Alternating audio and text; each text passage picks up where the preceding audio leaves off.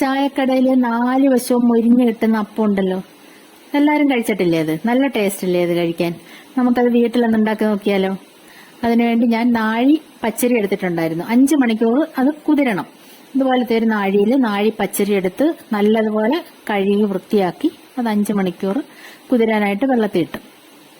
5 മണിക്കൂറിന് ശേഷം ആ പച്ചരി എടുത്ത് വെള്ളം കളഞ്ഞിട്ട് തേങ്ങാ വെള്ളവും 1 മുറി തേങ്ങയും 1 കപ്പ് ചോറ്, 1 സ്പൂൺ പഞ്ചസാര, ആവശ്യത്തിന് ഉപ്പ്, പിന്നെ വെള്ളം പിന്നെയും നമുക്കത് അരച്ചു കഴിയുമ്പോൾ എത്രയാണോ വെള്ളം വേണ്ടത് അത്രയും വെള്ളം വേണം അതിന്.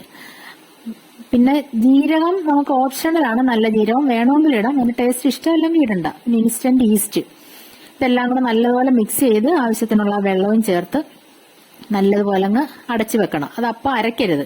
നമുക്ക് പിറ്റേന്ന് അപ്പം ഉണ്ടാക്കുന്നതിന് അരമണിക്കൂർ മുന്നേ ഈ മിക്സ് നമ്മൾ അരച്ചെടുക്കാൻ പാടുള്ളൂ. പിറ്റേന്ന് രാവിലെ ഇതെടുത്തിട്ട് പിന്നെ വെള്ളമൊന്നും ചേർക്കേണ്ട ആവശ്യമില്ല. പിന്നെ ഉപ്പ് വേണമെങ്കിൽ നോക്കിയിട്ട് കുറച്ച് ചേർക്കാം. ഇത് അരച്ചു വെക്കുക. അരച്ച് നല്ലതുപോലെ മിക്സ് ചെയ്യണം. അത് കൈകൊണ്ട് തന്നെ മിക്സ് ചെയ്യണം. തവി സ്പൂണൊന്നും ഇട്ട് മിക്സ് ചെയ്ത് കഴിഞ്ഞാൽ ശരിയായില്ല, അതിന്റെ ടെക്സ്ചർ ശരിയായില്ല.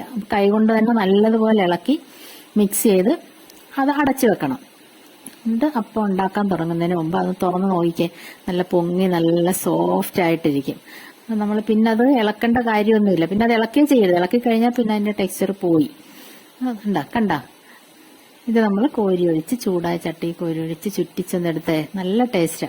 അത് ഒരു കറിയില്ലെങ്കിലും നമുക്ക് കഴിക്കാം, നല്ല ടേസ്റ്റാ. പിന്നെ അതിന്റെ കൂടെ ചിക്കൻ മട്ടൻ അതൊക്കെ ഉണ്ടെങ്കിൽ പിന്നെ പറയേ വേണ്ട.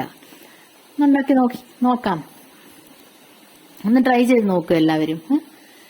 ഞാനിതുണ്ടാക്കി നല്ല ടേസ്റ്റ് ആയിരുന്നു. ഞാൻ ആദ്യമായിട്ടാണ് ഈ രീതിയിൽ അപ്പം ഉണ്ടാക്കുന്നത്. അപ്പം ഉണ്ടാക്കിയിട്ടുണ്ട്, ഈ രീതിയിൽ ഉണ്ടാക്കുന്നത് ആദ്യമായിട്ടായിരുന്നു.